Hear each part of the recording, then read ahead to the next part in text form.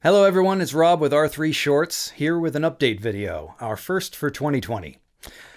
After seeing the audiobooks for books 1 to 3 being put back up on YouTube, and then seeing a trailer for book 4, I'm sure that everybody had a lot of questions on their mind as to whether or not Scholastic gave us the go-ahead to continue. And so I'm going to put all those concerns to rest right now. The short answer, no. Scholastic did not reverse their decision to withhold sharing audio rights with us. Our pursuit last year was to get into some kind of deal, partnership, hiring me on as like a narrator or something like that, or contracting out R3 Shorts to make the audiobooks for them, something that would involve money or other commercial usage. That didn't happen.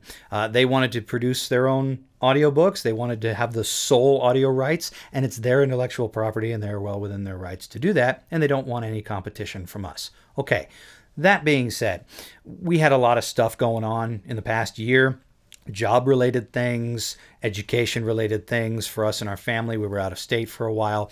And when we came back, I had a lot of extra time to look up different laws regarding a certain two-word phrase whose initials are CI, and look at just the history behind people using other properties for non-commercial uses.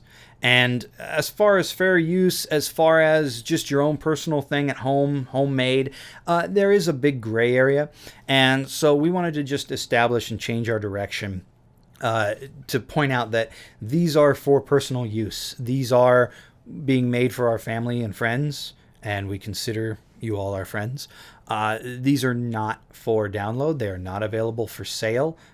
We do not condone that at all, and we will make sure that nobody is doing that, because that's not the point. We have friends and family who, as adults, still have certain attention issues to where when they listen to a traditional audiobook that is just a narrator, no matter how interesting and exciting the narrator's voices are when they do different character voices, it just starts to sound the same. And people like even Ruth and myself, sometimes we just zone out because it's not interesting enough. We don't feel sucked into the world. And so we found a little niche in being able to create an audiobook that has ambience, sound effects, music, all that stuff in addition to different narrator voices. And so that's something that we definitely wanted to bring to the table in Animorphs, aside from the fact that we don't do all of the audiobook.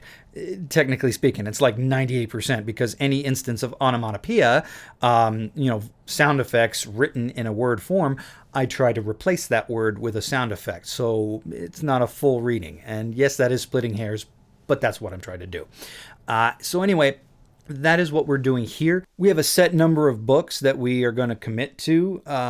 We by no means want to do the entire series at this point, and so we're going to keep that a little close to the chest as far as how far we're going, and then we're extending out to public domain books. I also wanted to touch on the issue as to why Sherlock Holmes changed. I did say in a previous update video that we were going to do Sherlock Holmes' Study in Scarlet. When I approached the audiobook, I tried doing the first chapter a bit, and there are instances where you can put an ambience in there and really provide a bit of that soundscape, but Sherlock Holmes is very talky, it's very wordy, it's very verbose in its nature, and not a lot of exciting things happen.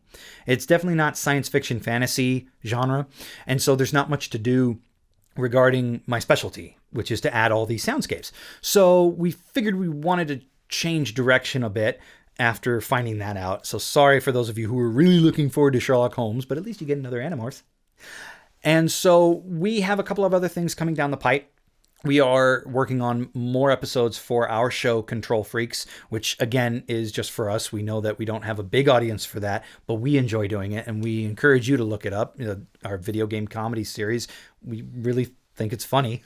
And Ruth is doing a wonderful animated short that she's been working on off and on for the past 7 years. Different things have happened in our life, and we've had to set it aside and then pick it back up again.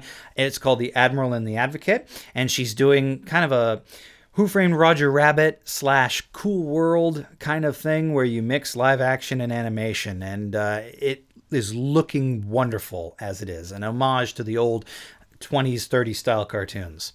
Anyway, we thought, what was something that we could leave you with in this update video to truly thank you for all of the time that you have spent hanging on our channel, seeing if we would put something else up and not unsubscribing. And we wanted to thank you for sticking with us. So we were like, all right, we're already putting out the fourth book, The Message, the fourth audiobook. What's something we could do for you guys? So we came up with this. Just don't hurt me, don't hurt me.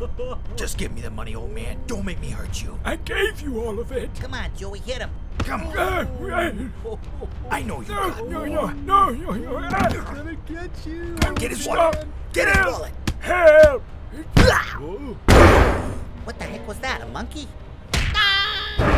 Oh, I'm out of here. No. Huh? Was that a gorilla? I've got to quit drinking. You're welcome.